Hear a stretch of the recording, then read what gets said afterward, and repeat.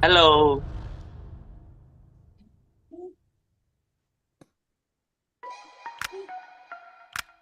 Hi.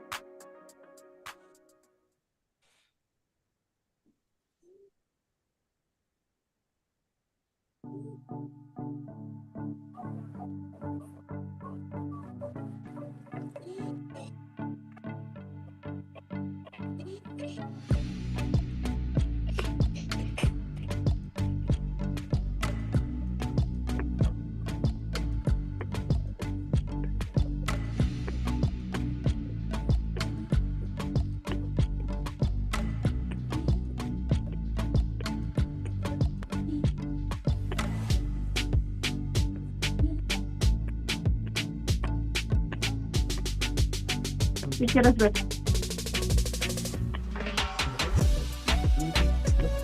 ¿Qué es? Ok. Uh, I'm not. I'm not clear where the picture. I'm not. I'm not. Let me call you after my seminar. I think I have an hour right now. I'm staging. But yes, I'm not clear what areas, and I'm not clear if all this black stuff came up when you cleaned it or it did not.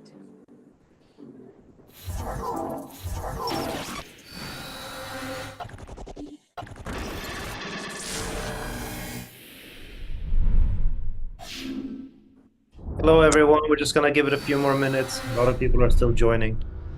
Hi, Cambria. Okay, thank you. Yeah, so it did come off when you cleaned it. Yeah, it's just so wet. But if you want me to, I can. If it comes back, let me know. I can always have a. Thank you so much.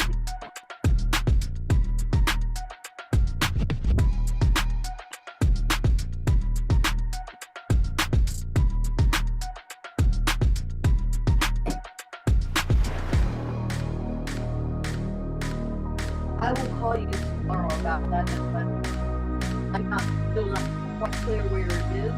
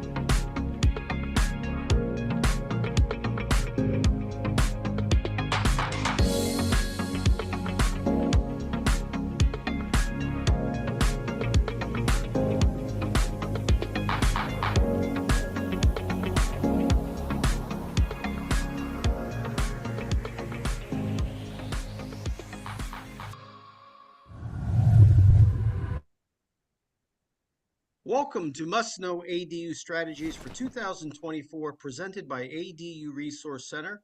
I'm your host, Danny Johnson.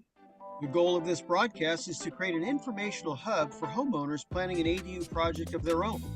This will be an ongoing webinar beginning in January of 2023 with special guest speakers from our industry so you can get a variety of tips and information to strategize your very own ADU project. Some of the topics we're going to cover are updates and tips for financing solutions, information on the CalHAPA ADU grant, and new legislation laws for ADUs and more. ADU Resource Center began building custom and tract homes in California and Florida back in 2010. In 2020, new legislation changed ADU restrictions for most city ordinances in California. We saw this as a new opportunity and wanted to pitch in and help affordable housing solutions. That's when we changed our DBA to ADU Resource Center and never turned back. Our company is now ADU specific, meaning that's all we build. Since our transition, we now have over 300 plus ADU projects in various stages of permitting, planning, and construction. We are well on our way to becoming the fastest growing and largest ADU builder in California. Southern Californians have chosen ADU Resource Center as their first choice for project concept designs, architectural design, structural engineering, Title 24 engineering, low impact development planning, plan submission, revisions and retrieval, licensed general contracting, landscape and hardscape design all under one company so we can effectively manage the entire project from beginning to end and to streamline better communication, coordinate smoother handoffs between divisions and teams, and reduce mistakes with more eyes on your project. And now, let's begin our program.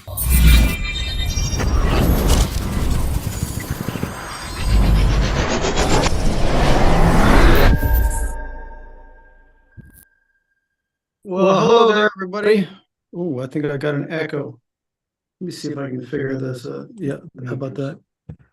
Well, how are we all doing? Welcome to our show. This is 2024, and we have a very, very heavy show tonight with a lot of stuff. Shara, would you mind just keep admitting people in? They're still popping in. Where is my co-host, Meredith? Where are you at, Meredith? I'm right here. Can you hear me? Right. I can hear you. Welcome to the show. How are you? I'm good. We're looking at your talking points, though. Do you want to show your PDF there? I'm going to do that. I just kind of wanted to go over what, now here's the thing. So there's some new people that have maybe never been on one of these webinars before. So I just want to kind of go over what we're going to talk about, the talking points for the show. Meredith, you're going to be my co-host, and we've got Dan and Steve on the panel out there from ADU Resource going to be chiming in wherever they see fit to comment on any thing of the talking points we're going to talk about. Obviously, we've taken a poll, and so the first thing I want to do is tell everybody how to communicate on this webinar via chat. So at the very bottom of your screen, see if you can see there is going to be something that says participants, and I think where is it? There's a little chat box. If you see the chat box, click on it. Now, we're going to be trying to address as many questions as we can. Meredith is really lightning fast at typing answers and so forth. But what we'll do is we'll talk, I don't know, 30, 40 minutes, whatever, about the things that people want to talk about. And I want to encourage you to start typing in your questions now, because when we're done, we're going to start answering everybody's question, or at least we'll try to get to as many as we can. First things first, let's see, we've got people still arriving. All right, I don't need to worry about that. So obviously we're in 2024, Meredith, we're in a brand new year, brand new economy, and there's a lot of stuff going on. We're in an election year. We just had El Nino pop the slide on through the last couple of days. So let's talk about what everybody, now there's going to be a silent poll that we have going, it'll flash on your screen. So for the bashful people that are tuning in for the first time that may not want to raise their hand and talk publicly, but you have questions, I want to hear them. And so we're going to have probably little silent surveys where you can ask anonymously your questions and so forth. And we'll either try to get to them tonight, or our customer care division will be calling some of you back tomorrow and trying to answer them in more detail if they're more comprehensive questions. Meredith, the one thing that everyone wants to know is what's going on in the world, what's going on with our economy, interest rates, the housing market. How does it affect us moving into 2024? And is it a good time to get an ADU? So I'm going to take this screen off and go back into the one that's more relevant, which is the one that everybody's going to want to know is what in the world is going on in the economy. So let's talk about how it's going to affect. And I'll just start talking and you feel free to chime in anywhere you want. But this seems to be the polling question that everybody says, hey, is it going to be a good year or is it going to be a bad year? Because we saw some crazy stuff last year, didn't we? It was nuts. And I am so grateful 2023 is over because sure enough, rates are starting to come down. Rates on first mortgages came down 2%. And now the HELOCs are coming down. So I am super, super happy about that. Well, if we rewind 2023, we saw us going into a strong economy, but then the things got kind of out of whack. The housing market got crazy. People were having to pay over market value. And the interest rates, of course, in the economy and the inflation, everything kicked in. So we saw gas prices high, home prices high, interest rates record high higher in the past 2 decades, I think I heard. So the thing that I think everybody wants to know is how much worse can it get? So I put together some stuff, some data, and we use some of the tools of technology to gather up what the forecasts and experts say. So let's sort of dive right in and see what they think. Let me enlarge my screen a little bit. Okay. So what's going on for 2024? And will U.S. or domestic news affect homeowners that are trying to buy and build an ADU? I don't know. Let's find out. So one of the first things we wanted to talk about is, will it affect, is our economy going to affect our plans, our building plans for 2024? What's going on with interest rate trends and how is it going to affect the housing market and the ADU market? Explaining current interest rates, trends, and pre-COVID interest rates, so we understand what would be deemed as normal and what's not normal, things like that. And building materials costs, this is the big one. Everybody says, hey, I'm coming out of planning and permits soon. And is it a good time or should I wait? How to properly price an upcoming ADU project the correct way. I think there's some confusion on the glossary terms. So what we'd like to do is maybe help clarify, give you some new ways of asking that question to get a more comprehensive answer. Defining your property characteristics accurately to set correct design and construction budgets, things like that. So let's just kind of dive in and let's see, are interest rates going up or interest rates are going down? When will our economy improve? And can we see any relief if we are building an ADU? So I'm being funny, being facetious, but according to Forbes Advisor, mortgage rates are coming down. And I won't read this in front of you. I'll just let you read it. But Meredith, what's your take on what you see on trends? I think I read that we've had 9 interest rates, micro interest rate reductions in the past 7 weeks. So at least we're trending in the right direction. Yeah, I mean, this interest rate glitch was really post-COVID. We paid people for 2 years to sit home and produce nothing. And they had all this money and they're buying something. That's naturally, that kind of demand with no supply is going to create inflation. And fundamentally, the economy is very strong. So now everybody's back to work and we're getting past this glitch. And the Fed says they're expecting to cut rates, have three big rate cuts this year. The market's already ahead of that and cutting rates. I saw an interview the other night and the Fed said that they're going to leave it alone. They're not going to move it. And everybody was saying, well, if you're going to leave it alone, why don't you reduce it now? And I think they're trying to time it. And I think I had heard there's one coming in March and April. And then, of course, the big one is around election time so that the Democrats could say, look what we did, reelect me and this and that. So I think right around election time in November, we'll see the big one. And I think we're going to see one in spring. So good things are on the way. That's good news. But let's see if it does what we want it to do. So we can see in 2023, we saw rates pretty high. I don't even know if this reflects as high as it really got. It got over 9, if I'm not mistaken, didn't it? On some projects, yeah, for sure. For Right. sure. Okay, so I want to say, well, okay, so if rates are going down, how would that affect somebody's decision to maybe go forward with an ADU project? Does it affect them? So I don't know. Let's have a look. I think that if we see that rates are going to go down, you have two choices. You can watch or you can jump in. What is going to be a proactive way if you're waiting for rates to drop, and they are going to be dropping, but not right away? This is a good time to start designing. You can start doing your architectural plans and designing. Why? Because it's going to take 6 to 7 months. It may take longer depending upon what city or county you live in. So can we do something proactive and be prepared when the big one comes? Yes, I think we should. So I would say that if we're trying to be, an opportunist and look for a way to move forward with building an ADU project, there's nothing that you really can do right away. So you might as well start designing. If you're going to do a detached or a garage conversion or a 2-story, something like that, it's going to take 6 to 7 months. Here we are in February already. So let's just figure February, March, April, May, June, July, maybe even August will be, the completion date of the design plans before construction starts. I did want to mention, you don't have to take out a monstrous loan right now for construction. We don't need it.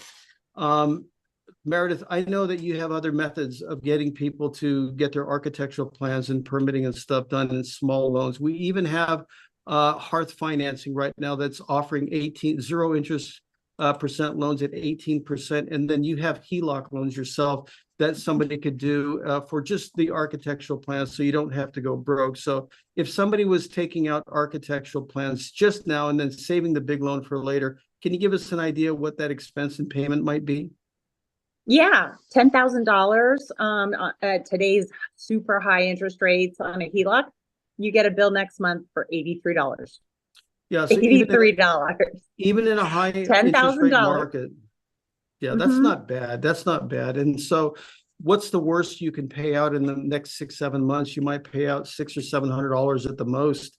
And then you have your plans and permits in pocket. So then you're ready. So assuming that the rates do fall during summer and as we approach fall, that could be perfect timing, wouldn't it? Yep. And HELOCs are adjustable. So we expect that $10,000 to, when rates normalize, to drop to about $50 a month. Well, because it's an election year, I think what we should do is say, well, what do we know? What, if we don't learn from history, we will repeat it. And so one of the things every election year we learn is that the incumbent wants to be reelected. And so he's going to try to pull a rabbit out of his hat, work a deal with the feds and take credit for it to get reelected. I would do it. I would do the same thing. So I think what we should do is get ready. Election years always bring lower interest rates. Okay. Project timing. If we're looking at a way to time the project, when is the best way to finance it and so forth? I think what people need to understand, Meredith, and maybe I may need your help in explaining this. I don't know if people know what pre-COVID rates are. I think what they saw was the feds reduce the rate really, really ridiculously low during a crisis, and they think that is the normal rate, but it really isn't. It was a little bit higher. So I made this little graph just going back a ways to see when was the best time to finance something, and we can see what the trends were at some point in time. In 1982, look, they were really, really high. I don't think it's been so long. I don't think any of us remember how high we used to be paying. But just before COVID, if we look just before COVID, we can see that rates were 4.5, 4.75.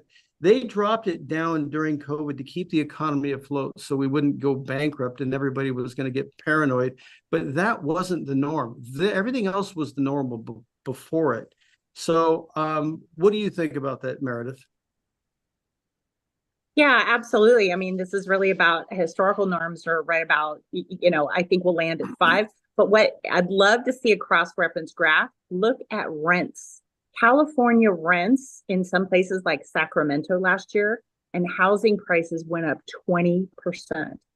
Yeah, 20%. So while interest, so you got your costs, you know, are really historically low, but the income is so incredible, so Yeah. incredibly good. Right, right. I think that if we looked at history, we saw there was really two crises, and really only two, when the feds jumped in and dropped rate. And that was the housing market in 2008, and then of course COVID in 2020. And that's why we see these drops right there. But all in all, we can see that the economy was going great up until that point. But look what the trends say. It always just sort of rebounds. It keeps trending upward. So I think that we have our little log jams in the road, and we jump over the log and make it, and it starts going. So if we are probably past COVID and we're still going to be trending upward, and rates look like they're trending downward, maybe not as low as they did in COVID, it's still a good day. I think that if we just kind of look at the rates in general and say, okay, what does that mean to me? What does it mean to me if I'm thinking about maybe building an ADU, since that's what this webinar is all about? So let's put it together and see if we can make sense of all this. So if you're wanting to finance construction on your ADU in 2024 or 25, the true difference between a pre-COVID interest rate payment and a payment based on today's higher rate may be as little as $400 or $500 a month difference. So what does that mean? I don't know if they should be waiting for 3% or 2% loans, because I don't think they're coming back. Do you, Meredith? No, not at all. And you're losing money. You're losing rental income in the meantime. I'm going to show that coming up, because I just want to use, we can lie about numbers, but numbers don't lie. So if we look at this and we just say, what do the numbers all mean? The real difference between a rate that would say right here and a rate that might be right there, it could be as little as $400 or $500 a month. And with our customers that are building ADUs primarily for rental units, well, guess who's paying this difference? It's not the homeowner, it's the tenant, because rents will bring all the money right now in just about any neighborhood. So we just want to kind of put it in perspective that even in a market where the rates are high, if you're building an ADU for rental purposes, it's still going to pencil, because someone else is going to be paying this for OPM, other people's money. They are paying the difference in the interest rate. Okay. So let's just kind of ask some questions. Should I wait for interest rates to drop before building my ADU so I can get a lower monthly payment? Not necessarily. We don't have a crystal ball. We don't know when the rates are going to be as low as they can get. I do know this, and Meredith, what do you think? I do think we are going to get close to pre-COVID rates this year. What do you think? Yep, absolutely. Everybody is predicting that, that primary mortgages will come down to about 4.5 to 5%. And you can feel the rates wanting to come down. You can just feel them.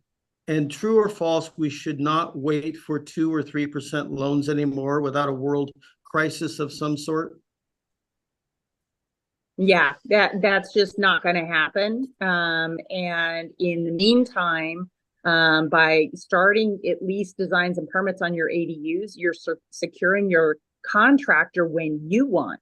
Right. Because I suspect as soon as rates go down in not too long, it's going to be like COVID, where you guys are going to be busy. Yeah. Because now everybody wants to work. Okay. This is what you were alluding to. If we look at what the average ADU would rent for, we can see that the homeowner is not really the one going to be making these payments. It's obviously going to be the tenant that's making these payments. So what does that mean? The most important thing key to the ADU is the rental earnings. And most of the ADUs start off for family, but then get repurposed one day to be for a rental purpose or some sort of supplemental income. So if we look at even a garage studio, the minimum it's going to bring is $1,700 to $2,000 a month. So if we look at what the payment would cost to maybe do the construction and the plans for that, we know that the monthly payment won't be anywhere near that. So there's going to be a surplus of income, or your cash flow is the word that we use, no matter if their interest rates are high, right? Absolutely. Even at the worst interest rates today, you're probably paying, as low as $800 a month, particularly on the garage ADU. That's your worst case scenario. Yeah. So it makes sense to start now, actually, even though rates are high. Okay. Can you talk a little bit about the types of loans that people would want to look at? You know, I mean, there's obviously a reason why some people would want to keep their existing mortgage rate and maybe look at another option like a HELOC or a closed-end second or something. Can you talk a little bit about that? Absolutely. You do not have to refinance. You do not, if you do this right, you do not have to have a down payment or use savings. We can finance 100% of the cost. We have about 15 to 20 different HELOC options. Those are a type of second mortgage, and they work like a credit card. So you're not paying on the entire loan amount. You're only paying on what you use. We even have a construction HELOC. So if you just bought your property or you don't have a lot of equity, that's okay. We can lend based on future value and factor in future rental income. Okay. I also, well, let's see, before I go to that question, I also think that there are people that have asked this question and we should probably address it. There's people with credit card debt and they say, is there any way I can consolidate some of this credit card debt and use equity? If I'm going to go to the trouble of putting a loan together for the ADU, can I kind of kill two birds with one stone? What's your thoughts on that? Oh, absolutely. I mean, part of the service we provide is, helping you reset your finances. And it's our job to put the options out there side by side for you to make the decision on that. We can pay off all kinds of debt and do comparisons for you to see what the options are. Keep in mind, mortgage loans are tax deductible too.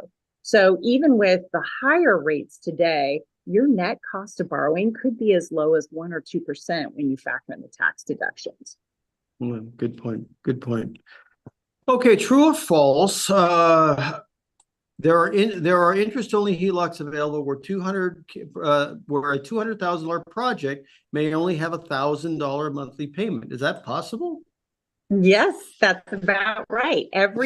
Generally speaking, particularly as rates come down, and really almost any type of loan, but certainly the HELOCs, every $100,000 you spend is going to cost you about $500 a month.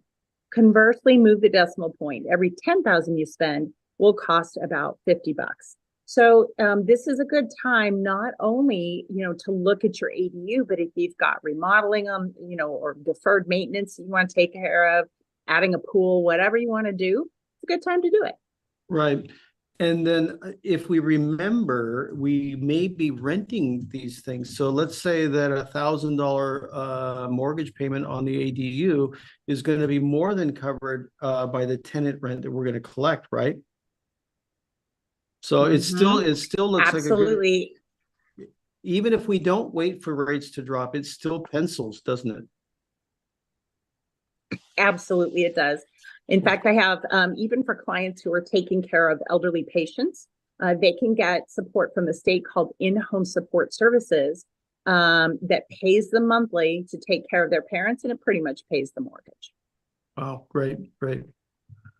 True or false? My equity is actually paying for the ADU project. My renter will be paying 100% of the payment, not me. I think we just answered that. I think we already know the answer to that one. So we're moving on, and there she is. There's evidence and proof of it right there. So we know that that's true. Okay, so we've covered the interest rates projections for 2024. So how would that now affect building materials if we are saying, okay, we think that makes sense to design go forward? How might it affect the building materials? Because we did see in COVID a supply chain. I remember when 2x4s were $3.49, and during COVID, they got as high as $9. So construction prices were affected. So let's see what's going to be happening coming up. One of the things that I will say that we don't see construction prices ever going down. They're not going to go down. If anything, they will stay flat or they will start climbing. Everything is up. If we look at the supply chain of building materials, we can see that everything is still climbing. Wood is up 16%. Steel is up 22%. And so on and so forth. So let's just kind of look at this and say, well, what does all this mean? What could it mean to me if concrete and masonry is up 15%, electrical is up 12%?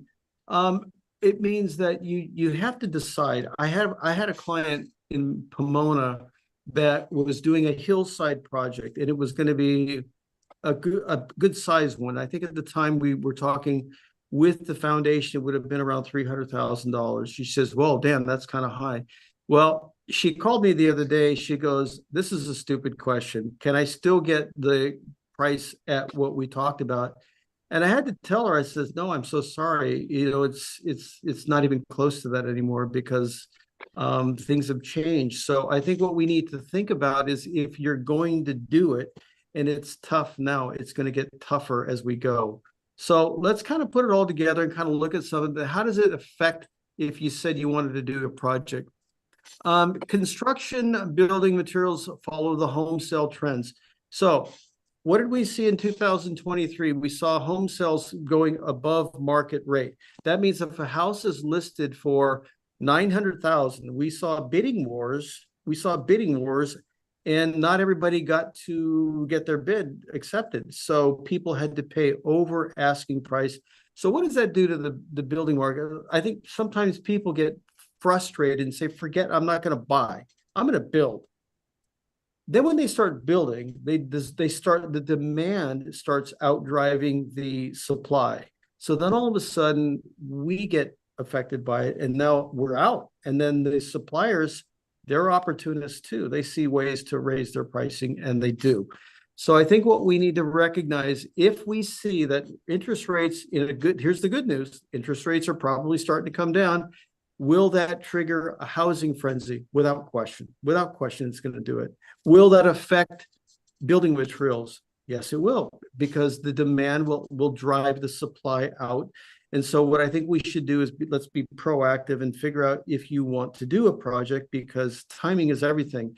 So as we see falling rates, we'll see it'll trigger a home sale frenzy.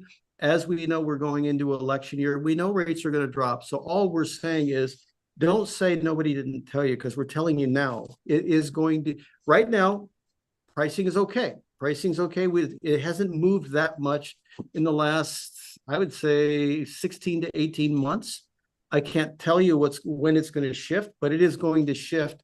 So if you are thinking about designing, start designing. If you're thinking about doing construction because now your project is completed and the plans and permit are now at this RTI or ready to issue permit stage, I don't think it's a good idea for you to wait. And that's whether you go through us or somebody else. I think you need to strike while the iron's hot, because I think the pricing will go up.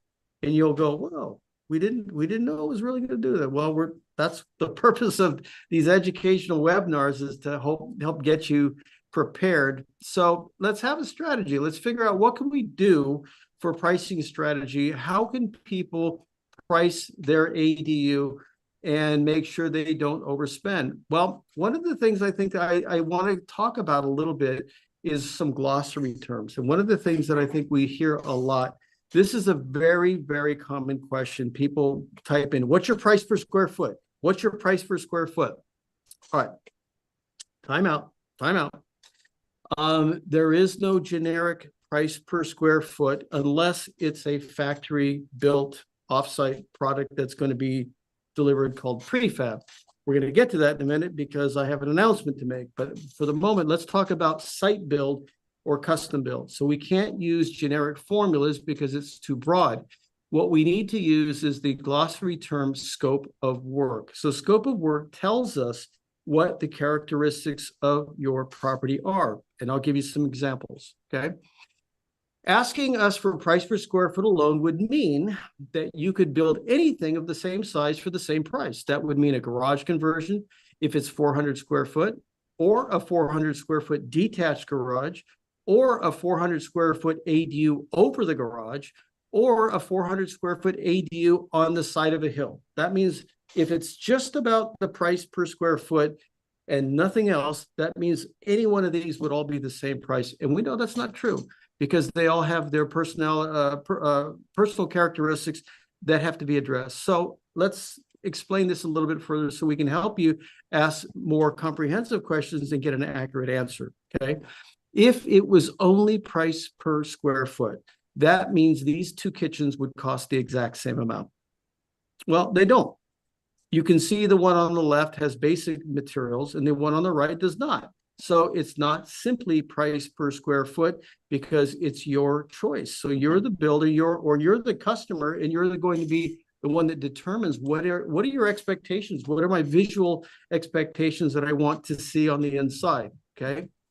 So here's some differences. Here's just a really quick at a glance difference of scope of work. So the foundations, the elevations, the foundation, the slope, the soil composition and bedrock, property boundaries and setback statuses, feasibility, project feasibility, what does the city ordinances say, and so on and so forth. There's so many different factors, things that here that, and you should take a screenshot of this while you can, but all of these things will determine what your particular project is going to be, not just price per square foot, okay? So more examples. What if I said I wanted to do a project over the top of my garage? Well, that's fine, but there's some things that we got to do. So you can't just say, is it a 400 square foot garage and a 400 square foot ADU on top? No, we got to do some things. We got to do some underpinning. So that garage, as you saw right there, was never intended to have a room on top of it. So what we have to do is we have to reinforce the foundation, the walls and everything, and the footings to make sure it doesn't tip over or crunch or get crushed. So we put in rebar, we dig a little trough around 2 feet deep, put in rebar and then cement it. And then we put new footings. Now that does the foundation. And then now we've got to put 4x4s in the walls, not 2x4s, 4x4s to hold the weight of that second story, okay? It's not to say that we don't do them, but we do. Also, then all the building materials have to be transported from the ground level to the top floor. So that's labor intensive. So there's a little bit more involved on a 2-story project. And it's not to say that we don't do them, because we certainly do, but there's a different sort of thing that goes along with those. The scope of work is different. So I'm just trying to make my point. Second example would be on the side hill. If you have a customer like I have in Pomona that wants to do a side hill project, and it involves, look at these caisson pylons right here that hold the trench, the foundation, okay? Those aren't cheap. They're not light either. Those are heavy. They have to go straight down into the bedrock. So if we're looking at hillside engineering, there's sometimes things that we have to do, even if it's a small square footage. Gentle slopes are easy. We can move them around with a bobcat. Medium slopes, we might have to put a retainer wall or something, and to keep the erosion from falling into the house or sliding down the hill. And on very steep slopes, we can see that we have to put in pylons down to the bedrock to make sure this foundation is going to be solid, especially in the event of an earthquake. There's sort of a look at some of the retainer wall foundation. It keeps the erosion and the house from sliding down the hill and the hill from sliding into the ADU. This is what the pylon system looks like for the caissons. If we want, we've seen this in the canyon homes in Malibu and so forth. If you're doing a side hill or a slope property, you know it's going to be more expensive. So we can't just simply go by square footage. Okay, well, we've seen these, but this is how it's done. Here's one that people don't think about. Oh, it's just a garage. They're all the same. Well, not necessarily, because most garage slabs are 3 inches, which means if it's cracked, that the cement has to be replaced. So that may not be factored into the square footage price that you get from somebody. If it's 3 inches, it for sure has to be done replaced, because the cities only want 4 inches if it's going to be used for a residential dwelling. So what happens? Well, it's got to be dug up. And the way it's dug up is just how it sounds. We take a bulldozer in there and we literally demo out all the old concrete. And then we put in brand new concrete, 4 inches worth, okay, so that it's done correctly. And that's how we begin. This little goodie right there in the back, this is called a stem wall. And as you can see, that's what the lower bottom plate of the wood and the framing amounts to. There are garages out there that do not have this stem wall. And so guess what? This has to be created, which means if we have a typical garage that looks like that and it doesn't have a stem wall, then we're going to be doing all of this just to create this goodie right there. So again, it has to do with the scope of work. Danny, you bring up a great point. What happens if Joe Bob Handyman comes in and just slaps in some extra concrete or something, and the permit guys later on, what happens to that? Well, then it won't pass the inspection. So what happens is if we look at it, if we look at it and we look at the garage, and let's say the customer thinks, well, it's only a garage, it can't cost much. I've even had people that said it's already drywalled. It shouldn't take much, so it's not going to cost much. And we say, well, no, that's not true. We got to pull all the drywall down because the city inspector says start from scratch. They want to see it where the frames are exposed like this. So if we look, we can see these are built 16 inches on center. We can see there's a stem wall right there.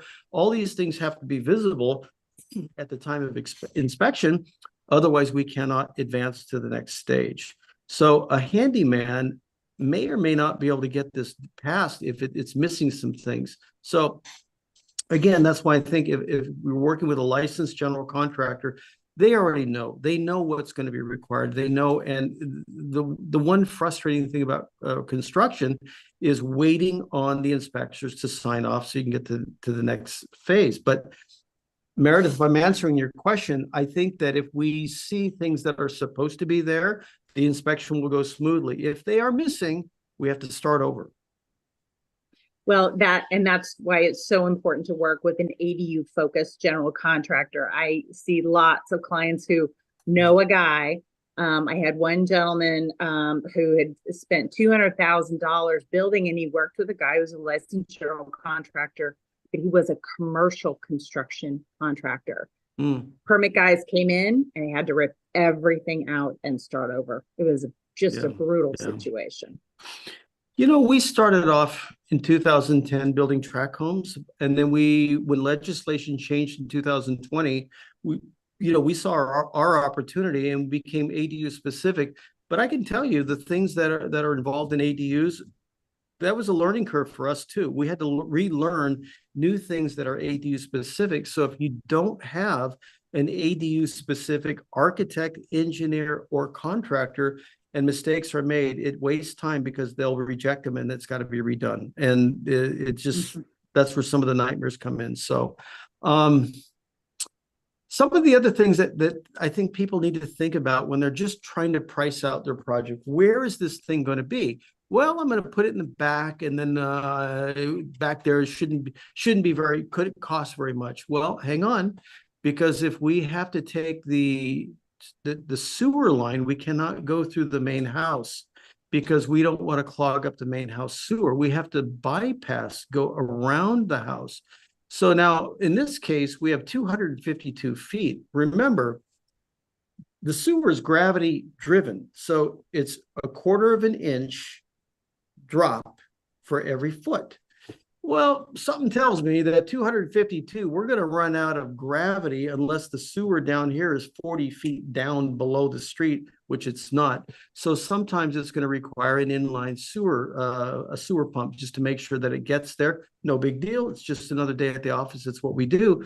But that's $5,000 more. So I think sometimes people didn't think about that because no one told them. So again, this is why I think the scope of work is important for us to talk about. And when we do a video ADU consultation with clients, we go on Google Earth. This is obviously a screenshot from Google Earth. And so we can tell them right up front, look, I'm going to tell you, here's exactly what your project's probably going to cost. Here's what's going to be required. Here's what you've got.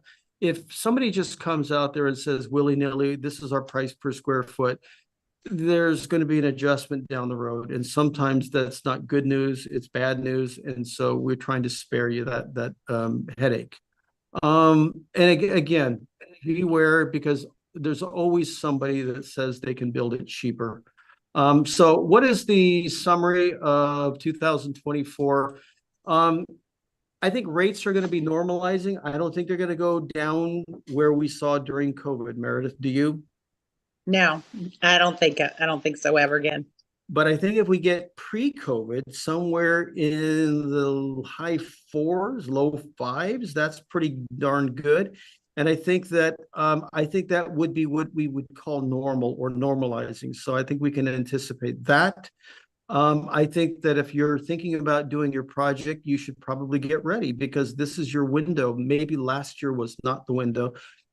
Unless you're starting construction right now, then it is a good time to take advantage of it. But I do think that if you're starting out and you're thinking about when is a good time to pull the trigger, I would say that you probably want to get going well before the housing crunch goes crazy and then everything starts going up. What do you think, Meredith?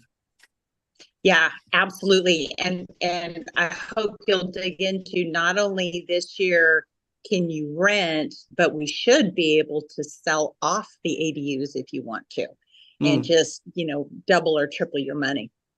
So let's talk about new legislation because you brought up an interesting point. We did see some interesting legislation this last year, and you want to talk briefly a little bit about the condo legislation? Yes. You've always been able to rent your ADUs, of course, but now the state has passed a law allowing cities to allow you to condotize and sell off those ADUs.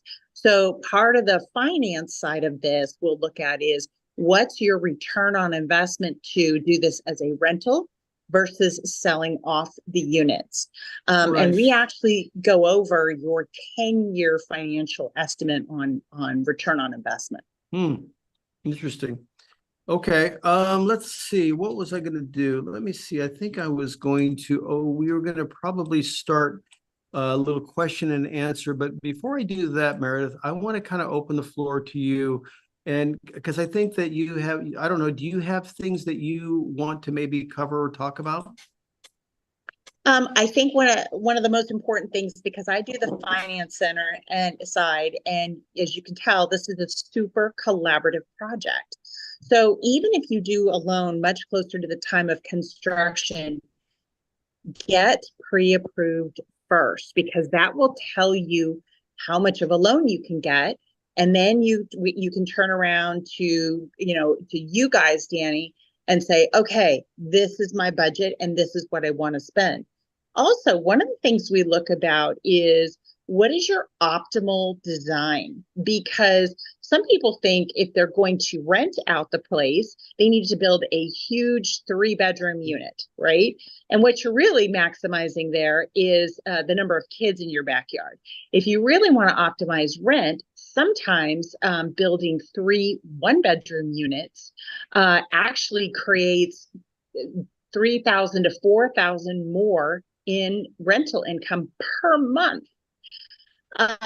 Conversely, if you're going to sell off, sometimes building the 3-bedroom makes more sense. So we will run those numbers for you so you can make those decisions for yourself. I want to make sure that everybody knows, Meredith, you do not work for ADU Resource Center, do you? No, I don't work for an independent banker, and you guys do not give me referral fees. I don't get referral fees. I am on the hook for your loan, and when things go wrong, I have a serious professional problem, and I'm proud to work with you guys. I think we've worked together 5 years now. You are neutral. You are Switzerland. We just like having you on the panel because you're a wealth of knowledge, and you are everything financing. So we're happy to have you. But I just want to make sure that people know she does not necessarily work with us. She's working to help us, but she is working for one of the largest banks in the country. And we've been network or industry partners for quite some time, and I'm happy to work with you as well. Would you like to help me answer some of the questions? Because it looks like we're loaded up here. Okay, absolutely. Yeah. Oh, by the way, so I'm going to have Tricky Vic, run some anonymous polls, surveys in the background. So if you're bashful and shy, don't want to post your question, or you don't want to talk and have us show your pretty face on the screen. You don't have to. We can answer your questions anonymously. So as these questions go around, don't be bashful, fill them in. Okay, so let's see. What do we got here? Let me make sure I got all. Okay, so the first one comes from Lisa H. And she says, in Orange County, California, can we sell the main home yet? Vic, help me out. Let's find Lisa. Where's Lisa H? Not yet. No city has adopted to the legislation you're looking for to find out if you can sell off any unit is called AB 1033. So it was just launched January 1, and the cities are now starting to adopt it. So we expect multiple major cities are in the process of adopting it. So Santa Monica, Los Angeles, Long Beach, County of Los Angeles, all highly likely to adopt it very quickly. San Diego, I would expect Encinitas. I saw somebody from Encinitas. And then others will kind of drag their feet. Cities in Orange County in particular, they're not big on the rental housing, but once they figure out about selling it off, absolutely. And for you realtors out there, yes, every single family home that's owner occupied can build up to 3 additional units on the property. So those become listings. Okay. William Schuster from San Diego County, he says ADU permit fees were waived until January 9th of 2024. Do you or does anyone know if they will be reinstated? What's your thoughts on that, Meredith? I'm in San Diego, and I don't think that they'll be reinstated. The city needs housing. Everybody needs housing badly. Yeah, okay. Let's see. What is the outlook on materials and prices? This is from Raquel in Encino. Hi, Raquel. I don't know. Did we already announced that the building material prices are okay. However, let's remember that our industry is tied to the housing industry. When the housing industry goes berserk, shortly after that, people, throw their hands up in the air and give up on buying a house. They decide to buy or renovate their own house. And that is when we see the supply chain negatively affected shortly after. So just kind of watch the news and see what's going on. When you're watching the news and it looks like housing prices are going crazy again, there's your fork in the road. Make your decision. Should you build or buy? And I don't know. It's your decision. But we are tied to the housing industry. When rates go down, demand goes up. When demand goes up, the supply chain runs out. That's just how things work, even with groceries and gas. Let's see. Is there a construction HELOC? Yes, there is. Meredith, would you post your contact info in there? So they can ask you if you have any question on financing of any kind. Meredith has a great customer portal. And if you click on that link, it'll give you a calendar and you pick a day and you pick a time. That's your day and that's your time. And that's when she'll call, ask her anything you want. And she'll run down whatever kind of project she's got available.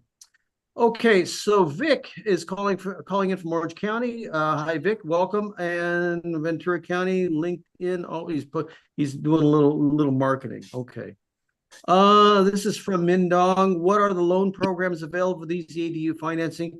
Min, if you would kind of look for the link that she's going to post in the chat box area. Pick a day and time, and she'll review those with you personally. Okay, what's the number email I can reach to you for information? I'm currently doing a few ADU myself and my clients. Okay, I think that's Min. Is it the same customer? It is. So Meredith, would you post your contact number and stuff in there for Min or anyone else, and then that we can get you? Okay. Let's see. Does this include all states? Any stipulation? No, it does not. California, anything we're talking about, specifically Southern California. Dan Maxwell is already on the scene answering some of these questions. Thanks, Dan. What is the cost per square foot in Los Angeles? Ken, we talked about this. You need to ask what is the scope of work? Anyway, and if you want to give us a buzz, let's do this, Ken. Let's jump on a video, Google Earth video call. Look at your property. Let's make sure you don't have any weird conditions or anything that's challenging. And if you do, we can still handle it. We just need to tell you how it affects your project budget. Okay. How much plans for Los Angeles? Same question. Okay. Lubin's already trying to answer some of these questions. Thanks, Lubin. Can we get info on the financing sent to our email? Yes. As the silent polls go around, you'll see one relative to financing. You'll see one, would you be interested in doing a video consultation? Free, they're free. Consultation call. Just put your info in there on how we can get you connected with one of our project managers, and they'll jump on a computer and figure that all out for you. All that, whether it's regard to financing, designing something for you, or construction, or even if you want to come to one of our private ADU showings in an open house. Okay. No patient service. How much should a client expect to pay for architectural engineering drawings in Los Angeles? That's a good question. Alyssa, Daniel has already answered. Depends on the land and the size of home. Best way to get a number, have us to look at it. So here's the thing, not trying to be evasive, certainly not trying to be a wise guy. What we're trying to say is that, look, if we just threw out a number and all of a sudden we find out you have some challenging characteristics of your property, you're going to go, hey, you said the price was going to be this, price was going to be that. I'll tell you what we do have, though. We have a pretty neat program. Since we're ADU Resource Center, we have 10 architects on staff, 10 licensed general contractors that are specific to ADUs and their respective teams. So if you design with us and then you build with us, whatever we spend on your architectural plans, we're going to rebate half of that money back to you when you get construction. So that's not a bad day. So we rarely lose customers over price because of that. And because we've got 10 teams, we started off vetting our contractors back in 2020, and we went through 80 contractors and rejected 70 of them. That's how many bad contractors there are. But we have the best 10 teams now. I think the best in Southern California. And they're competitive. So they actually compete for your project to make sure that you don't overspend. So we can handle the design, the permit expediting, and we can also make sure that you don't have to go out and speak contracting language when it's time for your contractor. We'll take care of that for you. So give us a buzz. And because of our customer loyalty rebate, you won't overspend. All right. Javier Castro, you have 1,000 square foot in Downey. Would that be sufficient info? Just a rough estimate, maybe a range or price. Here, listen, let me give you some formulas just so in case this helps. Most of the building in greater Los Angeles, most of the contractors are going to charge between $250 and $300 per square foot. So you can almost do your own math and figure out what your formula will be. There is a low end of the scale, there is a high end of the scale, and generally the difference between the two is experience. The more experienced teams tend to make less mistakes, and they charge more. And the lower price end of the scale is generally the younger contractors that are sort of trying to buy projects because they got to start out somewhere. I'm not saying one is right, one is better than the other. I prefer a master builder over, a couple of kids out of high school personally, but it's your bat and your ball. You can do whatever you want to do. We have vetted. Go ahead, Mary. Yeah, I'm going to jump in on there because again, I'm professionally on the hook for these projects. And I've actually had to tell clients, I will not lend to you with that contractor. And so my warning is beware of low bids. Construction bids are pretty much all the same. So if you get a lowball bid on something, it's either somebody who doesn't really know what they're doing or somebody who is lowballing the bid to get the business. But either way, they're going to come back to you mid-construction and say, I'm sorry, I need another 25, 50,000. And that is a huge problem as a lender because just when we are mid-construction and we need more cash to finish it, you're looking at a refinance of your first mortgage at potentially double-digit interest rates. So make sure you've got a solid construction bid, I call it an all-in bid, and you're not taking the underbid. It's a huge issue. So for Javier and anybody that cares, he's got 1,000 square foot that he wants to build in Downey. And in this case, so if we just said, look, what's the range? That's an easy question. It's between $250 and $300 per square foot. So on the low side, your construction might be $250. On the high side, it might be $300,000. Is that a lot? I don't know. It's relative. Can you buy 1,000 square foot? Now, 1,000 square foot could be a 3-bedroom, 2-bath. So the question that I would ask you guys to put it in perspective, in your respective neighborhood, could you buy a 3-bedroom, 2-house on your street for $300,000? Probably not. Probably not. But you can build You one. almost can't buy one anywhere in California. Right. So it's all relative. It depends. Building is cheaper than buying by about 2/3, but it's not cheap. It still costs. But what's it going to be worth once it's done? It could be worth 2, if not 3 times more. So it's not a bad day. It's just all your perspective on how you look at it. And the one thing that I will say, if we go buy a house right now, Meredith, it takes a ton of money on a down payment to buy a house right now. And then you're going to be bidding against a lot of people. But when you're building, it doesn't require that monstrous down payment. You're just building and you get to design, you get to push the walls around and create whatever environment you want. When you're buying a house, you want to sift through all these houses until you find the right one. But when you're designing your own house, it's perfect the very first time. Everything you want is exactly the way you want it at 1/3 the cost. That's not a bad day. So put it all in perspective. Okay. Okay. Let's see. Hey, Danny, Jess Yeah. has some questions. Danny, you got a couple hands up there. Jess has been waiting to ask a question. All right. So let's see. Who's got their hands Jeff. up? Let me see. Jeff, Vic, can you find Jeff and unmute him, please? He's got a very important sailor joke he wants to share with us all. Is it Jeff? I'm seeing. It's Jeff. Jess, I beg your pardon. Oh. Did you see? Unmuted, they can talk. Jess, are you there? You're unmuted. Oh, she left. We scared her. Yes, it's in there. Jess is still there? Oh, maybe she took her hand This out. is your big chance. This is your Mr. DeVille. I'm ready for my my close-up. All right, let's go to Candelario. Candelario's got their hand up as well. Can you unmute Candelario? Ask to unmute. Candelario, can you hear me? Yes, I can hear you. Can you hear me? I sure can, buddy. How are you? Welcome to the show. Good. Thank you. Thank you so much. I just have a question about if you can go over about the financing options for plans and permits that you had mentioned before. I was driving and it was a bit difficult for me to hear. So now I'm actually home. And if you can please touch base on that, I appreciate it. So there's no right answer, but there's plenty of options. So let me just kind of give you some of the things that people are doing, and you tell me if one of these sounds like it could potentially be a fit.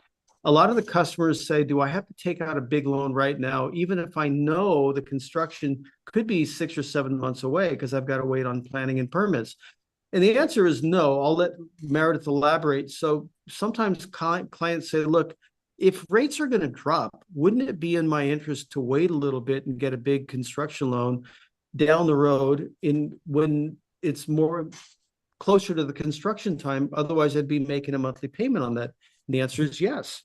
So sometimes people prefer to take a little small loan for $20,000 to $25,000 at the most that handles not only the architectural plans and the engineering and the city fees and the final permit, which we call soft costs. So the soft costs, Meredith, what's a little monthly payment on soft costs for $20,000? $20,000 is about $160 a month. So if you know you've got 6, 7 months in planning and permitting and the city stuff, before you get your approved plans in hand and your permit, if you say, look, I really don't want to commit to a big loan right now because I think rates are going to drop, and you are right. So maybe you'll want to take out a little HELOC just for plans and permits. you'll spend $100 and something a month rather than deplete all your cash reserves. And then you'll be able to figure this little game out. And then when we get closer to construction, you can probably go back to the well and talk to Meredith about what we should do on the construction side of the loan. Right? Mhm. Does that make sense? Absolutely. Okay, let's see, what else have we got? Did that answer your question? Was that Candelario? He's muted again.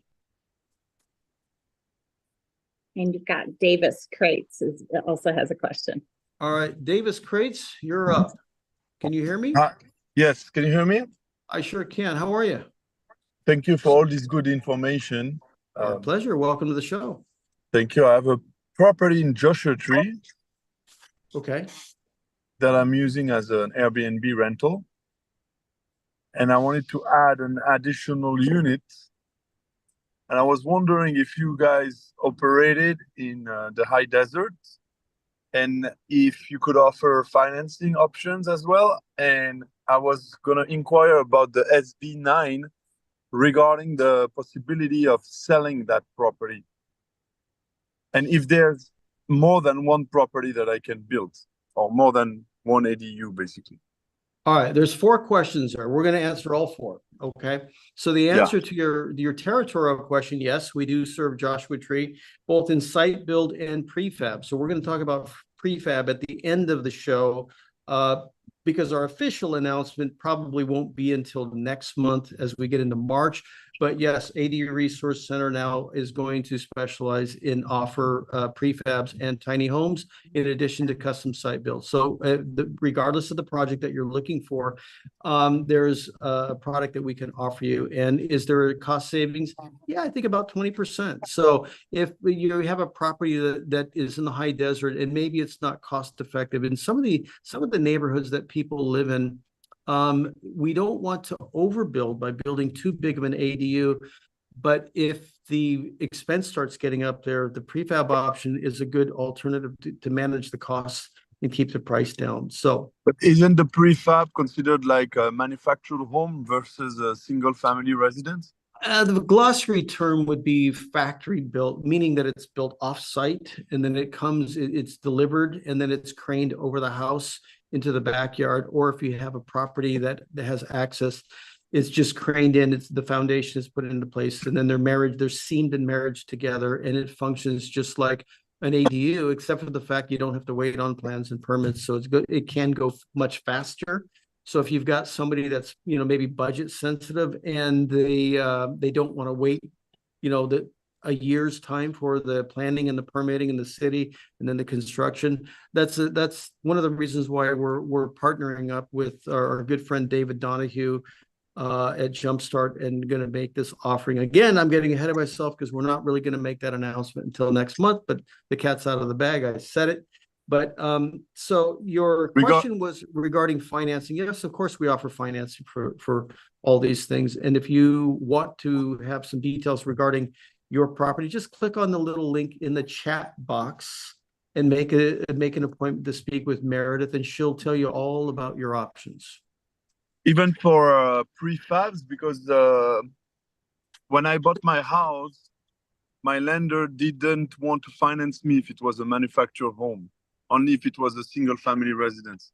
Well, let's see. The other part of, I think the 4th question was asking about SB 9 or Senate Bill 9, which means can I lot split? So that's a different thing. And your city ordinances are going to tell us what the rule book is. So we can't make blank general statements. We have to check with the city and find out in Joshua Tree specifically what is their ordinances allowing for the lot split cannot do, and then what kind of structure could be put on there. Because let's just play the what if game, and you built a site built custom ADU on the back of your property. Well, yes, you're allowed to do that. And could you sell one of those independently of the main house? Yes, that's what Meredith was talking about earlier.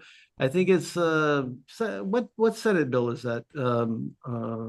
It's Meredith? AB 1033. And it sounds like your lender just doesn't have enough loan options. And that's, to me as a lender, that's really, really important. because we've got more than 400 different loan options, and every loan, every situation is very personal.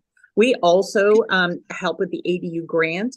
90% of the 2022 grant recipients were my clients. We're just wrapping up the 2023 numbers, and we'll have some numbers out soon on that as well. Right. And I think there was a question, Mindong had a question, does the ADU $40,000 ADU grant work well with the HELOC? Yes, it does. It works great with everything. So, Davis, if you have any questions that are specific to Joshua Tree, you can contact me or Meredith at AD Resource Center or at her link, and we can kind of hop on a video call. We'll look down on Google Earth at the property. We'll figure it all out together. Okay. Let's see, what else have we got here? This comes from Vic. Which Orange County, Los Angeles, and Ventura County cities are the most friendly and fastest to get a project permitted? Without question, Los Angeles City, LA City. So if you are working with, let's say you're an investor, you have multiple properties. One of the things I will tell you that Los Angeles City is they're digitized. So they have a digital portal, so we can get things in, get them out, get them quick. And they, for whatever reason, they may be is twice as fast as every other city. So the fastest we've ever gotten a project approved through LA City was 3 weeks, not months. So without question, it's the fastest. Will this available, Gina wants to know, will this available webinar be available for replay? Of course. So we have a YouTube channel, and Vic, I don't know if we have the way to post our YouTube channel in the chat box. I will. But we will, and it takes, a couple of weeks for YouTube to screen the webinar and make sure that we're not saying anything we're not supposed to say. Once they approve it, then it's published and it's up there, but yes, it will be up there. Let's see. Are there any ADU models in Southern California to get an idea of spacing or lot size? Cynthia, are there any ADU models in Southern California to get an idea of spacing or lot size? I'm not sure I understand that question entirely. Is Cynthia still with us? Raise your hand so we can talk to you a little bit. See if you're still here. That way we make sure we can see you. I don't see you anymore.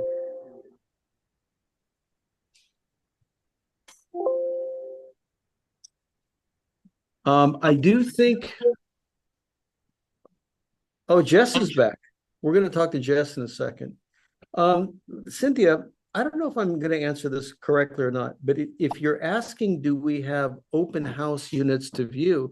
Yes, every Saturday or every other Saturday. No, we're not going to do it this Saturday because we're all going to be getting ready for Sunday, which is Super Bowl Sunday, and I think it might even rain. So we're probably gearing up for a big Super Bowl party. So we decided we're not sure that we would have any people coming out or not. So we're going to take this Saturday off, and we never really know where the next open house is going to be. And I'll tell you why.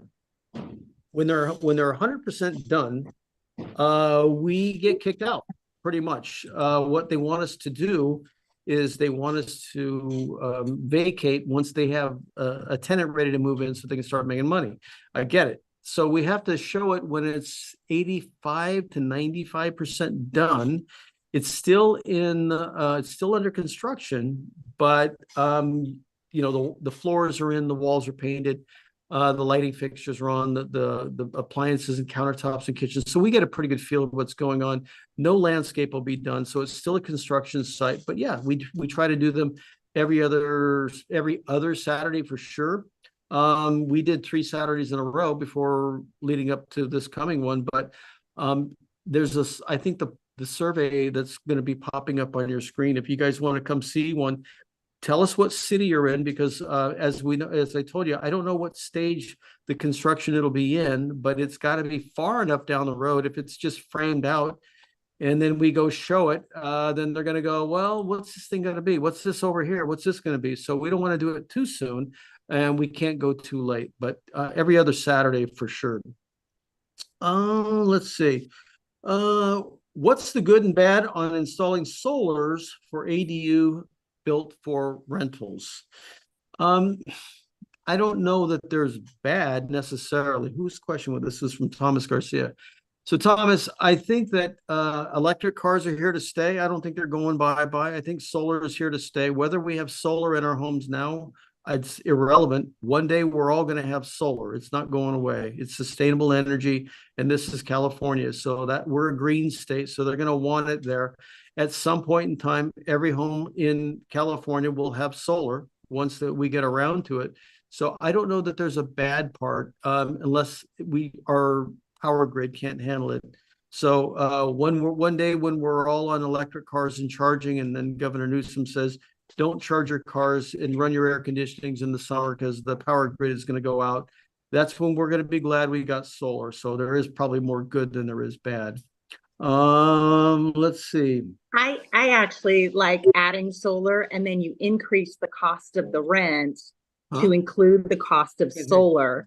I have one client who added it to his primary house to cover the cost of solar for both houses, and he likes to joke that his renter is paying for his electricity. And then he went out and bought an electric vehicle, and now he jokes that the renter's paying for his gas too. So I think that's pretty smart. Okay. Naomi Torres is in the house. Hi, Naomi. I got your message. If I start planning now, how am I try to get the ADU grant to help me with the cost to fit in?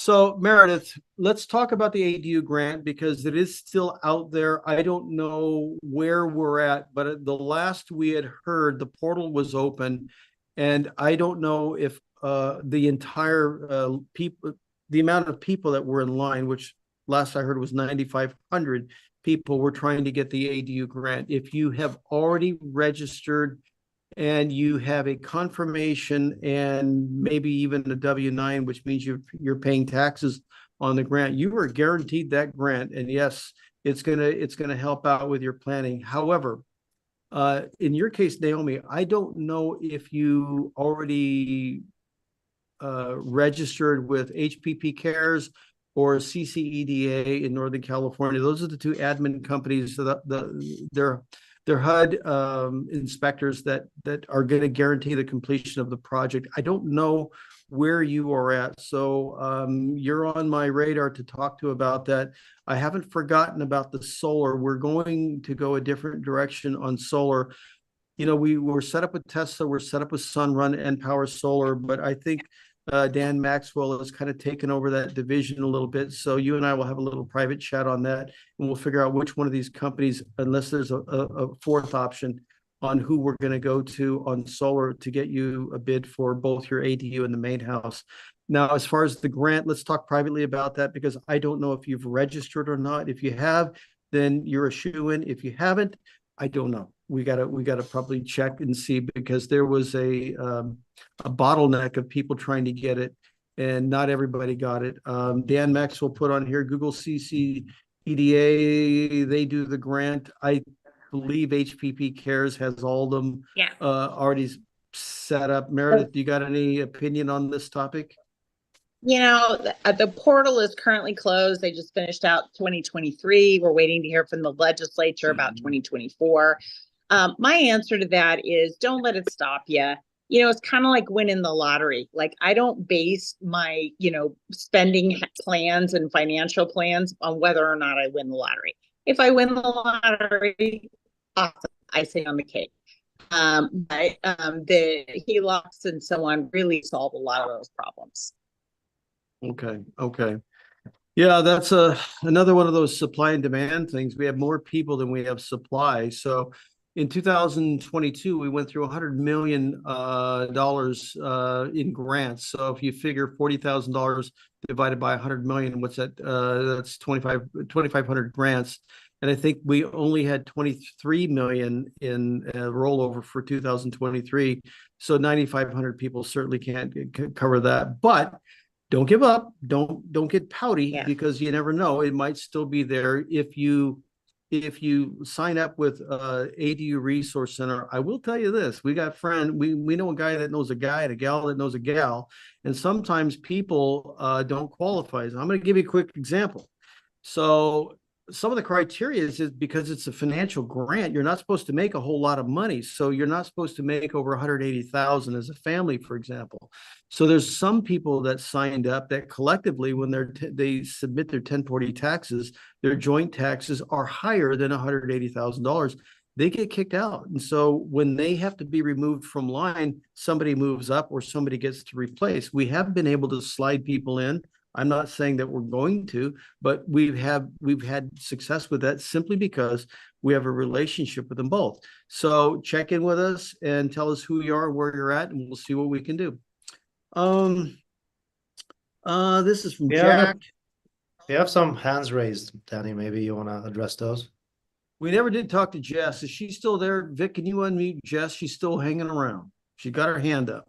Yes, give me 1 minute. And David Davis has already spoken, so we need to lower his hand, unless he's got another question.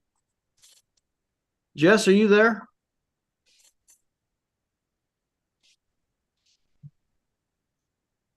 Jess, are you with us? She's not with us anymore. All right, let's talk to Lillian G from Southern California. Lillian, can you hear us? Let's see if we can unmute Lillian. I just did. Yes, hi. Hi, Lillian. Welcome to the show. Well, thank you so much. I have two questions. Number one is, how do we contact Meredith? Meredith, are Oh, you I'll gonna, did you put your little link in the chat so that I did click the chat, but I'm at calendly.com /team Meredith. My calendar is wide open, so you can just pick a time on there, and it's your guaranteed a 30-minute free strategy session. So scroll all the way down to the very bottom of the chat. Have her and Meredith, if you don't mind posting it one more time so that they Yeah. don't have to go search for you. Just click on that link, pick your day and your time, and she's all yours. Perfect. I'm still waiting for that. Okay. So got it. Second thing is, I'm really interested in your ADU tour. Well, how do I find the information, or when is that? And what is the date and location? We're gonna post again on the little screen that's gonna be populated and going by any moment now.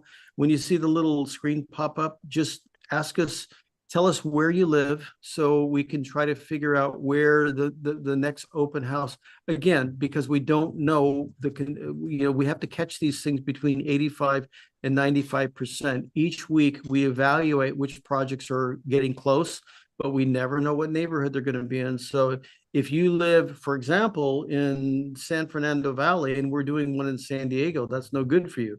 So tell us where you live so we can put the link in the chat. all right, so that it's we're gonna post the link in the chat so that you can click on it. But here's the thing: we never really know where the next open house is going to be. So obviously, if it's too far away, you're gonna go, I don't want to go to that one. I'll go to one that's close for me. I don't know when they're coming. But if you live in Pasadena, for example, and we know that we have one coming up, anybody that's in Pasadena is going to get notified. So let us know where you live, and we'll try to let you know as it gets closer with regard to your city. How do I let you know again? I'm so sorry. Is that in the chat screen? Scroll all the way down to the just very. Okay. And then Vic is going to post the link to sign up for an open house. Again, we don't know where it's going to be, so you got to tell us where you live so we can see, is there anything coming up? Because we're not gonna bother you if it's 100 miles away. You're not gonna come to that one. But if you can tell us where you live, we'll keep an eye and we'll keep you on the radar. Okay. Perfect. Thank you so much. Of course, welcome. Let's see. Edgar's got his hand up. Edgar, can you hear us? Vic, did you find Edgar? Yes. Hang on, Edgar, you're on mute. Uh-oh. Oh, he was excited. Where'd he go? Okay, can you hear me? Hi, Edgar. How are you? Hey, good. How are you? I'm doing great. Welcome to the show. Oh, thank you. Do you want to answer the question? Yeah, so my concern was that I'm looking for, we have already built an ADU. We're looking to build a JADU. We're a corner house, and my concern is I'm looking for a very good, and I mean a very good architect to make sure that I get that 500 feet that the city is allowing to build. Are there we have been- are there any characteristics of your property that make it challenging? Corner house, We are a corner house. entrance to the track. We have been in Okay. contact with the city as well, Huntington Beach, and we went back and forth for about 8 months of last year. And we finally got an email from them after back and forth, because, they really don't really want to let people build ADUs. And we finally got the email. They said, yeah, that we Okay, can build okay. it. So let me explain why you might have felt a little bit of resistance in the past, and it's because nice cities are trying to control the density and overpopulations. They don't want too many cars on the streets, and they don't want undesirables in the neighborhood. So they have a little bit of a not in my city sort of attitude. It's passive aggressive, yes, but it's California law. They cannot say no. What they're trying to do is deter too many people from doing it so that the neighborhood doesn't decline. Okay, and I think we all appreciate that. We understand. So, if you want, I don't know, Mike V, are you on this webinar with us? 'Cause I Yes, think- we're looking at it right now. Talking about somebody else, Mike. Yeah, Mike V. V. Where are you, Where is- buddy? Where is Mike V? Because he has a project in Huntington Beach, Tony Lovejoy, and I think we are getting very close to doing an open house. So what we might be able to do with you guys is maybe even show you something close to your neck of the woods where we can see how our design team did. And now it's a little bit larger than a junior ADU, but it'll give you a sneak peek of behind the scenes of what our design team and what our contractor team does. And what did Mike V ever get unmuted? Yeah, I'm And here. I'm Danny. interested in that. I am Yes. interested in that, but my biggest concern is really looking at someone's work that has done something with 500 or less square feet with some kind of a challenging that I have brought forth to you. So it's easy to build if you have the space and it's a little bit bigger. It's a little bit harder when you got to get creative, and that's where my concern comes in, and that's the kind of person I'm looking for. That's where we Well- come in. We have projects from 300 square feet all the way up to the maximum of 1,200, but our website has at least 6 or 7 that are under 500 square feet. Very impressive. And we'll send you some more information this evening if we have your email address. All right. Great. Yeah, but Sounds that's what good. we do. We've got over 350 ADU projects in process right now in Southern California. It's now over 450. So the Wow. I have to update our opening video, because when we made that a year ago in 2023, when I made that video, that's the number we are, but we're over 450 now. Just for your Which is Oh, information. very good. also Yeah, really that's exciting cool. for you. I'm glad it took a while for Huntington Beach to get back to you, but yeah, it's a law. You can. build Oh, an I've been ADU. following for a very long time, and I know exactly what you had just mentioned about the city not wanting it. Well, guess what? Gavin Newsom said maybe you might say not in your coastal city, but Right. it's coming because we got a housing crisis. The reason That's why right. I wanted to bring Mike on is because he specializes in Huntington Beach. So he has a lot of clients down there in Orange County, and he has a project that we have a very, very particular customer down there. I don't think you're going to be nearly as picky as he was. So the things that we had to do for him, he wanted it nice.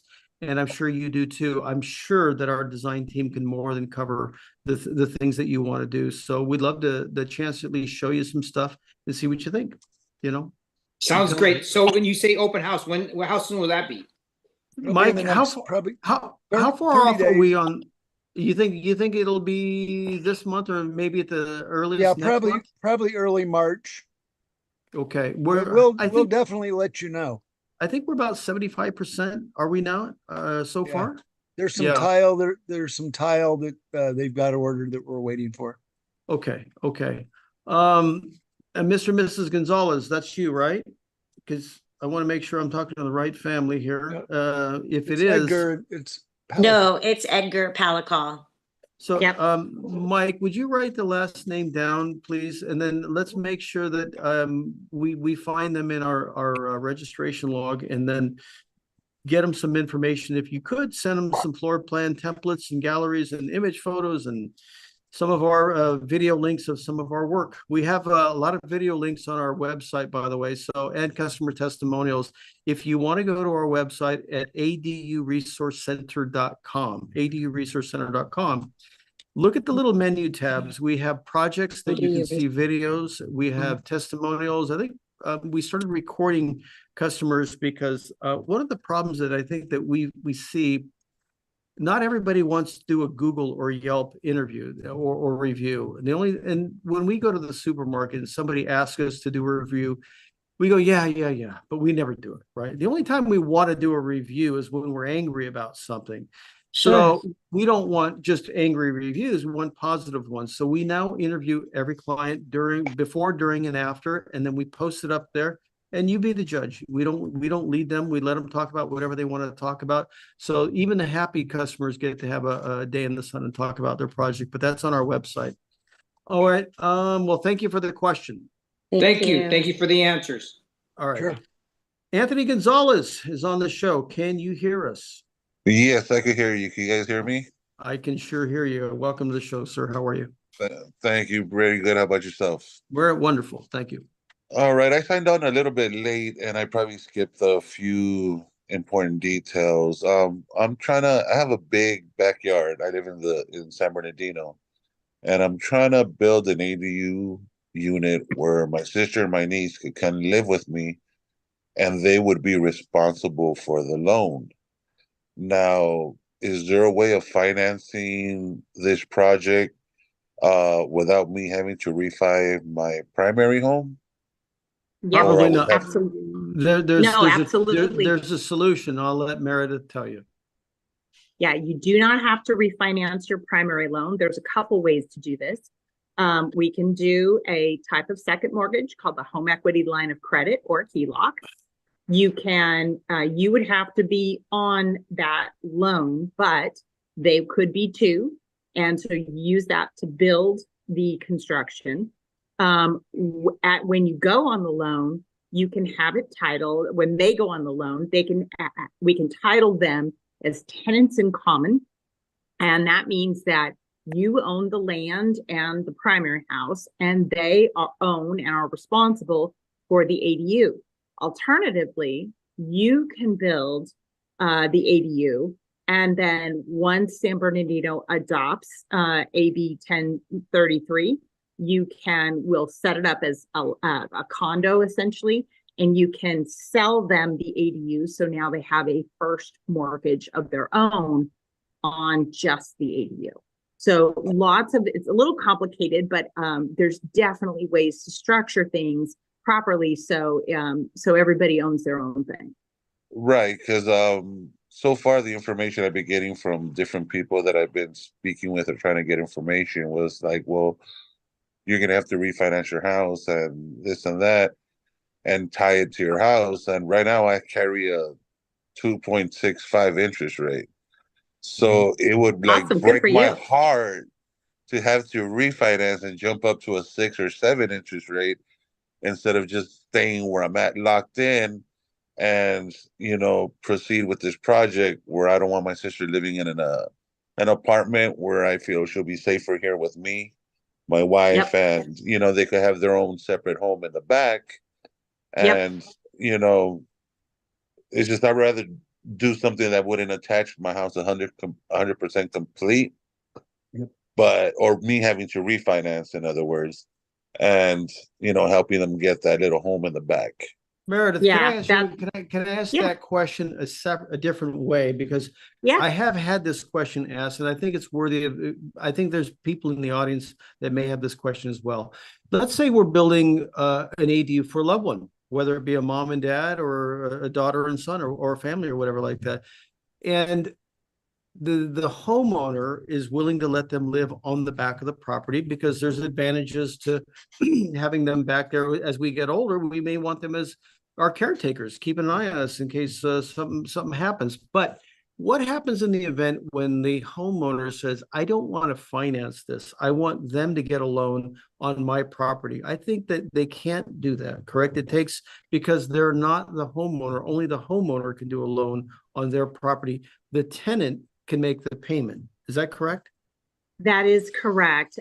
There's no standalone ADU loans. Also, construction loans are not standalone. They're part of the property, so they're always a first or second mortgage. But there's absolutely ways to work around and figure out so that figure out ownership structure so that they're responsible for the mortgage. By the way, if you are building for family, my encouragement is don't just think about getting them out next year or whatever, especially if you're building for children. I swear my son yesterday was 3 years old and he's turning 21 this month. And I miss that boy. He's off at college. And my daughter is turning 18 this month. So I am building 2 3-bedroom units in the backyard. And my goal is that they can go live with their friends and have their friends rent from them, $1,000 a room. That pays off the loan probably as quickly as 5 to 8 years. And then when they eventually get married and have kids, their family can grow into the 3-bedroom. And they'll own their house free and clear as quickly as age 30. So don't just think, for 1 year, think 5, 10, 20 years out what your whole family wants to do. Right. Yeah. I mean, like I said, I know a couple of people have mentioned that I would have to be on the loan in order for that to take place or happen. I don't mind that at all. It's just the refinancing part of my house where it's going to get me out of that low interest rate and put me in a higher interest rate. That's what I'm afraid of. And that's what I'm trying to get around and find a solution in a way to get that done and, keep my interest rate. Yeah, that's just a lender who doesn't have as many loan options as I do.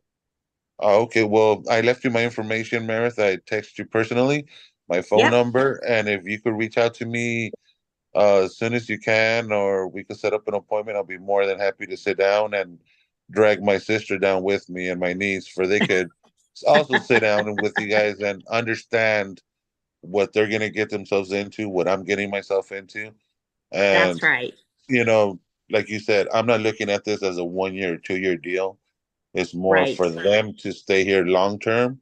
And if I choose to move out of state or buy another home in another state, well, they could rent this house out in the front and it'll help them out as well with the mortgage and stuff like that. So that's what I'm looking at.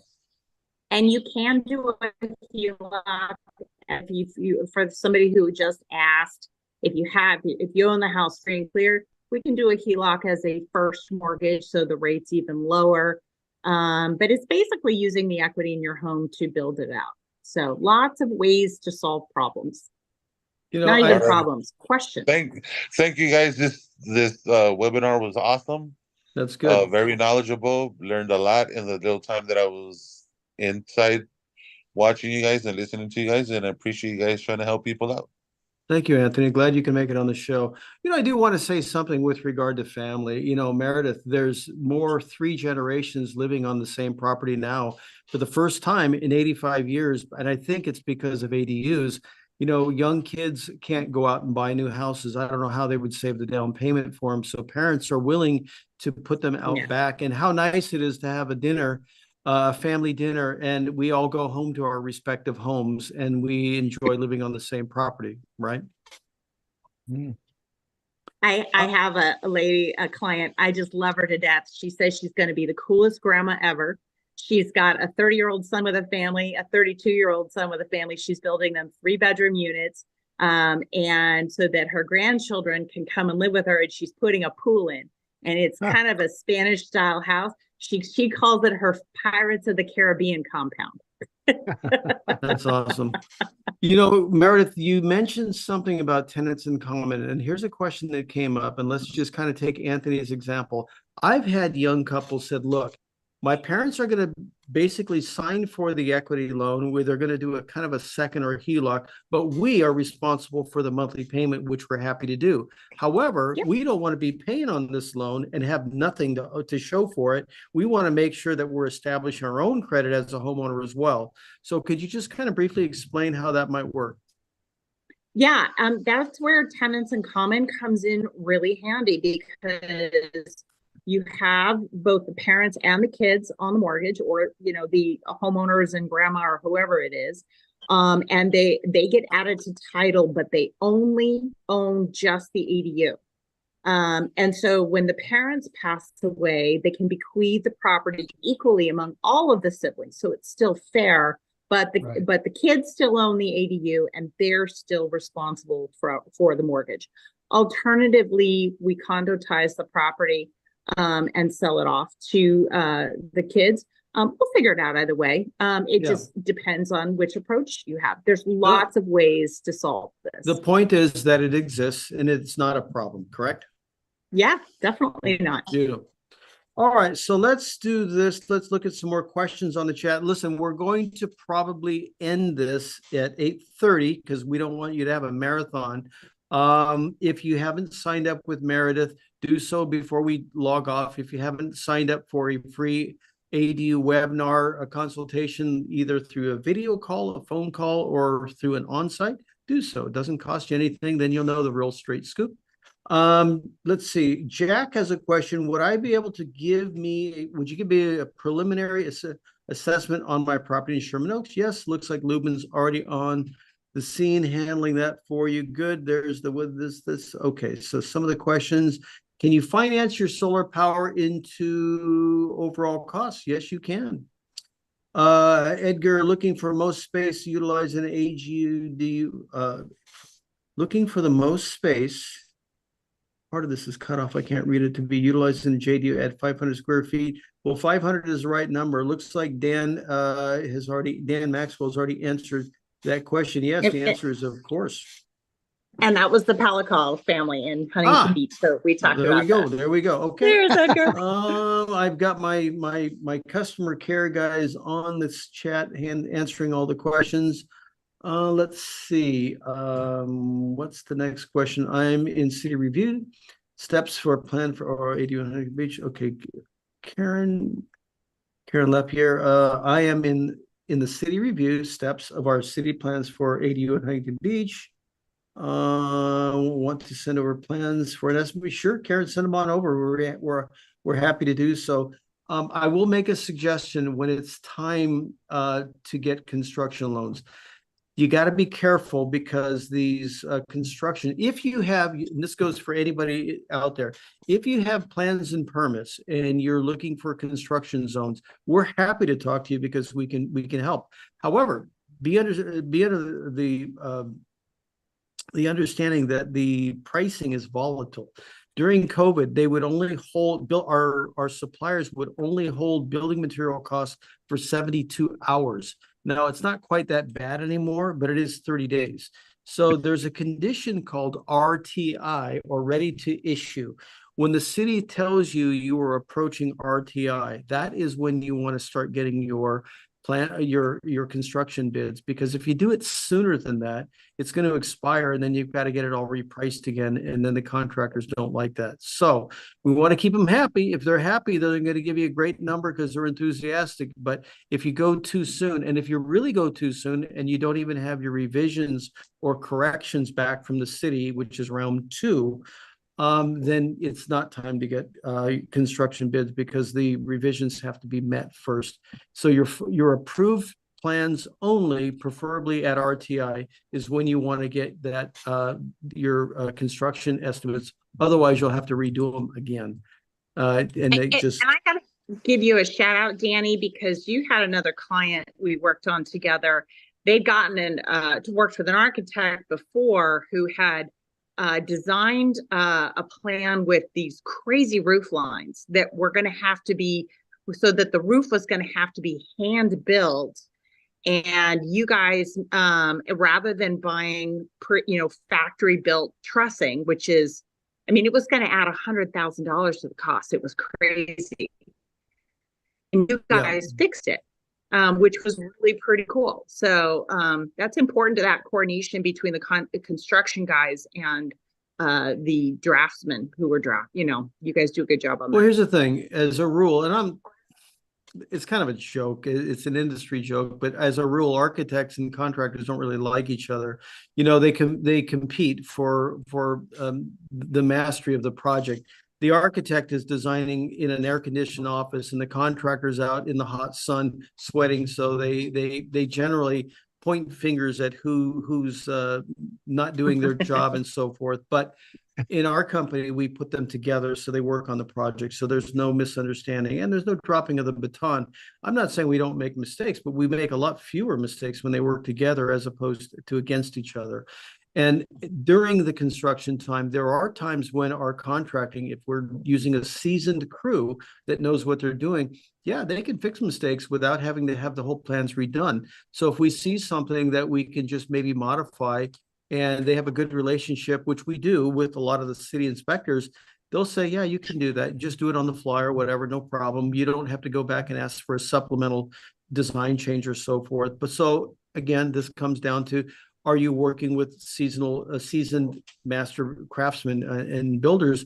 Those guys generally charge a little bit more than the kids that are, high school dropouts that are trying to do construction that are going to charge less. They don't know how to do these things. So again, you're building a house, you get what you pay for what you get. So I think what we're trying to provide, we're not the Motel 6 of builders or the Waldorf Astoria. We're somewhere in the middle where we can offer you the best bang for the buck and the best value. So I think that's probably the best way to put it. What else we got on? Derek wants to know, what do you do in the case of a long sewer run that doesn't have a necessary drop? Simple. We do a inline sewer pump. So it happens all the time.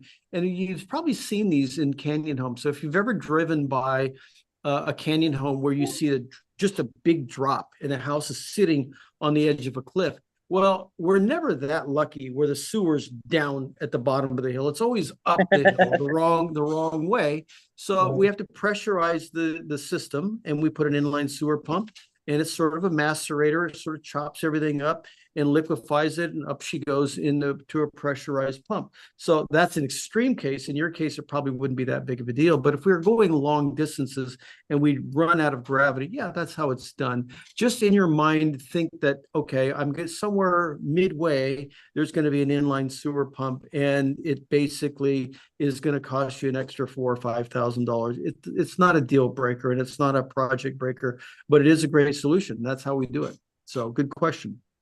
Let's see. Somebody called iPhone wants to know how many feet need to be the ADU from my wall. My home is a corner house.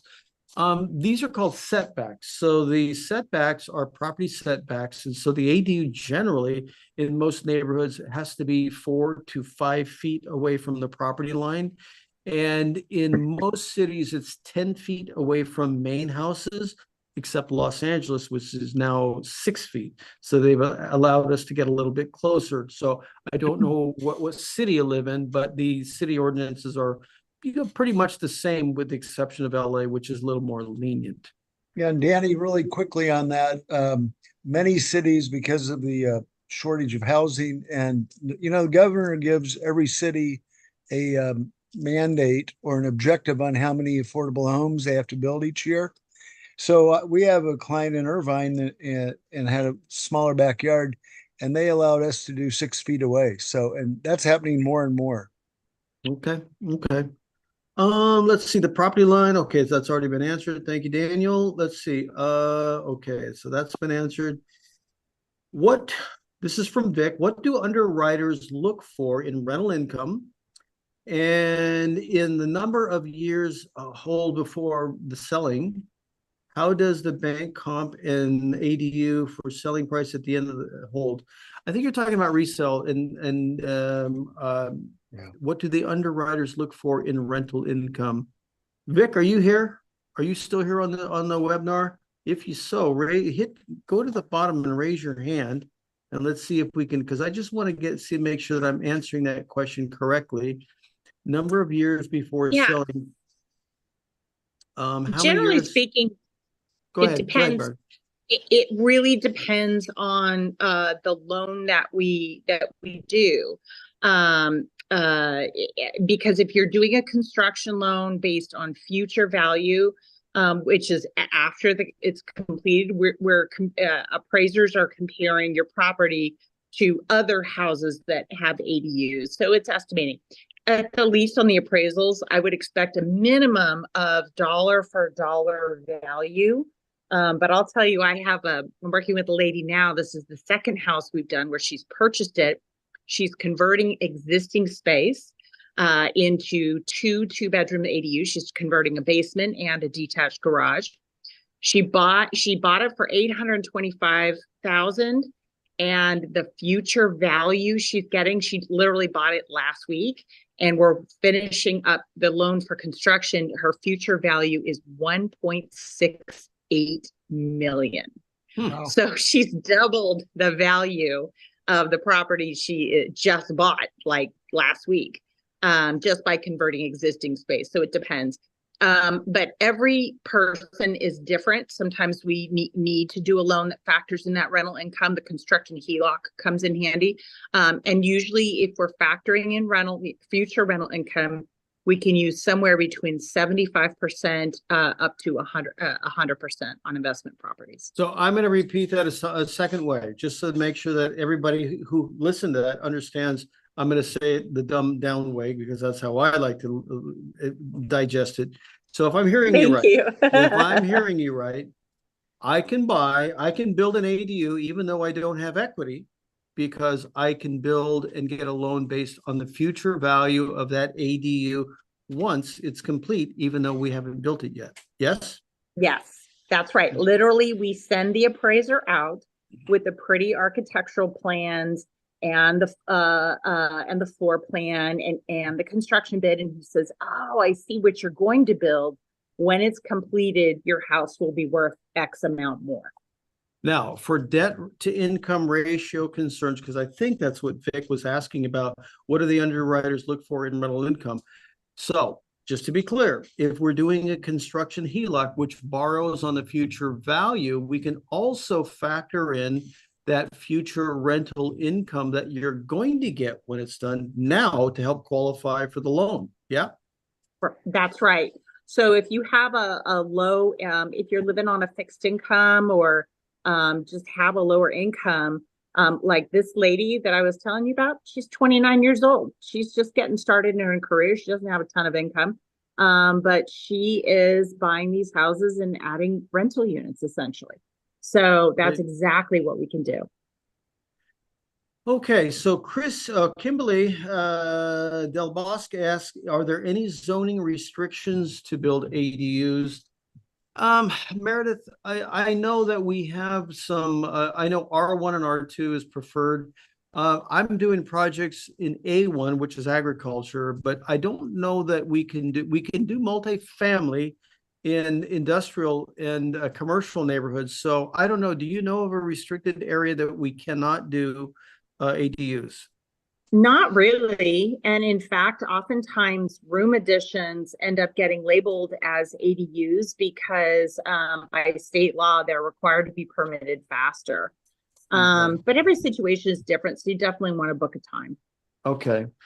Let's see how we're doing on time. We have 5 minutes. Listen, if we did not get to your questions, post it in the chat. We're going to copy all of those, and we have all the registration log of all of you that joined us tonight. Thank you. And if we didn't get to your answer on the show, we will have our customer care people working tomorrow, and they will be calling as many of you that'll answer the phone if you're not working, and we'll give you a more private, personal, comprehensive answer over the telephone. So Marvin wants to know, can you build an ADU in agricultural zone in Riverside? Yes, you can. Yes, you can. Yeah, there are certain things that you can do, certain things that you can't do. And the only reason why I know that is because I have a problem with a project right now where a guy wants to do a multifamily SB9 lot split and build four units on one lot. And the city is in the middle of a variance or a zone change, and we have to wait until it changes to the next R1 from A1, and then he can do multiple units, but you can do one. So I know that for sure. So I hope that answers your question. Randy Torres, did I hear that you can build units on your property? I'm missing part of the sentence. Did I hear that you can build multiple? I can't see because the chat box is in my way. Meredith, I think you already answered that. The answer is yes. California, you can build two ADUs and one SB9 unit on an owner-occupied property is baseline state law. Other cities are more aggressive. Long Beach allows 4 total units for investment properties as well. San Diego allows unlimited ADUs. That's a whole can of worms. And there's other good folks. Okay. Peter Burakoff asked, does California still offer the ADU grant? Peter, I don't know. Yes and no. There's a long line. And so I don't know if you've contacted HPP Cares in Long Beach or CCEDA in Northern California, but those are the 2 admin companies that basically handle the grant. I think the portal is closed now. I think they're going to basically reassess and figure out where they're at, how much money did they give away, and are they going to reappropriate any new funds moving forward? We're in limbo right now, I believe. So don't get discouraged. I'm not saying the answer is no, but I'm not saying it's yes either. We're not sure. So we're just kind of waiting and see. Who owns ADU loans? That's from Michael. I'm not sure who ADU loans is. Do you, Meredith? That's me. That's me. You. Yes, that's me. ADUloans.net. But I'm a licensed loan officer, federally licensed loan officer with Cross Country Mortgage, and we're the largest private mortgage bank in California. We're number 3 in America. You know, I almost said I don't know you because I only know you as Cross Country. I never know. I don't even use your other company, ADU Loans. I almost blew it for you. Sorry about that. Okay. You know, Danny, the best thing about Meredith that I recommend her so much because she has ADUs herself. She has rental properties, and she knows. She's the person who knows. It's Meredith. Thanks, Mike. Point. Appreciate it. Point.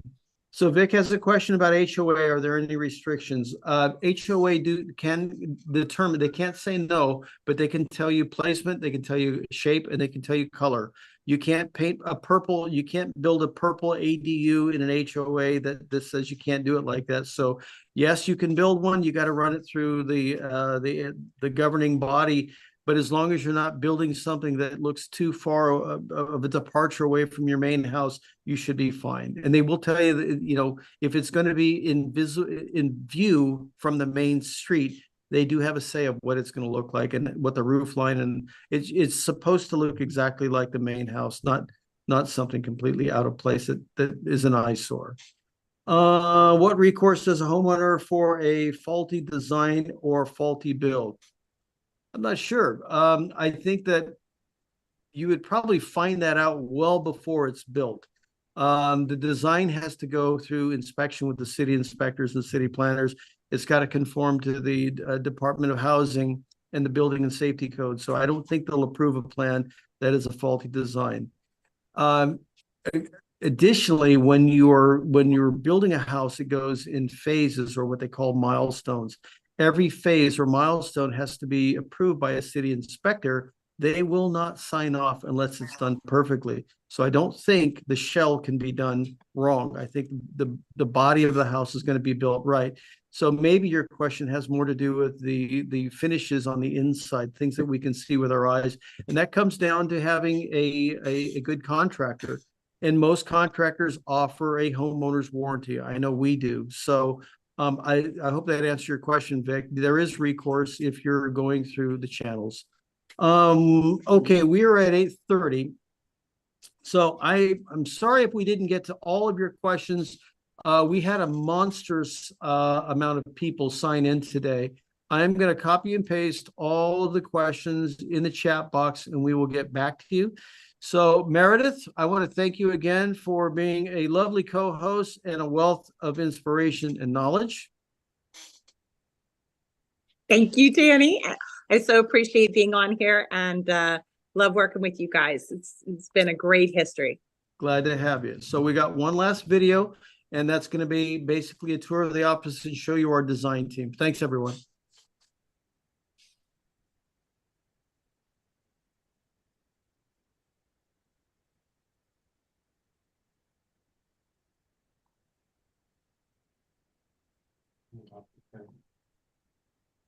Come on, Danny. Okay, we have one last item before we wrap it up for tonight's show. Please stay on 2 more minutes and meet the architectural design team in a short video and tour of our offices in Glendale. We hope you'll subscribe to our monthly webinar as we have new ideas on ADU design tips, value engineering ideas, controlling your construction budget, and listening to new speakers each month to get a variety of advice and recommendations for your own ADU projects. Thanks for coming, and we'll see you next month. Welcome, friends, to ADU Resource Center in beautiful downtown Glendale, California, right on Brand Avenue in the U.S. Bank Building, where we have plenty of free parking. Come on up to the 5th floor and say hi to our design team. While we take a short elevator ride up, I'll tell you a little bit about our company and what our services are.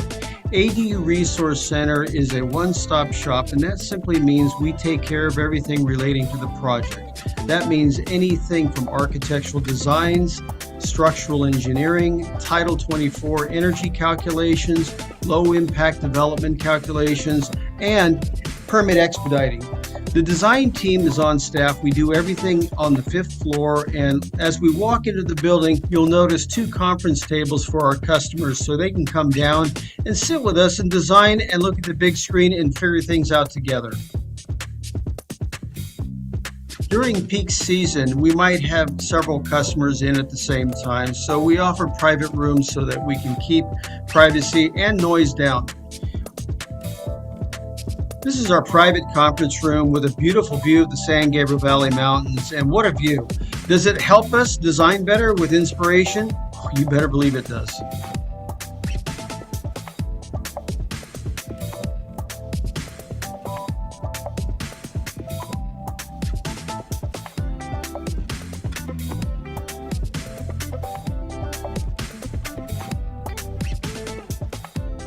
So the next room we're going to go into is the architectural design room, where Santa's little helpers do all their magic.